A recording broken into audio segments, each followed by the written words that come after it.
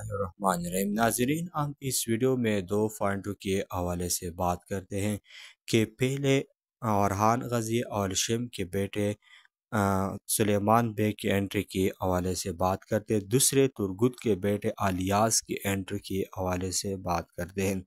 इस वीडियो को पूरा देखने के लिए इस वीडियो को लाइक करें, चैनल को सब्सक्राइब करें और बेल आइकन को दबा दें।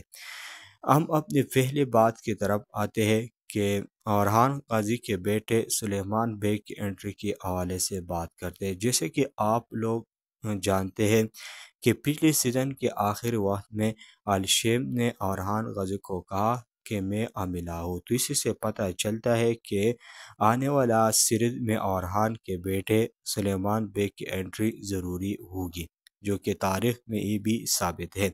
दूसरी बात की तरफ आते हैं कि तुर्गुत के बेटे अलियास की एंट्री के हवाले से बात करते हैं।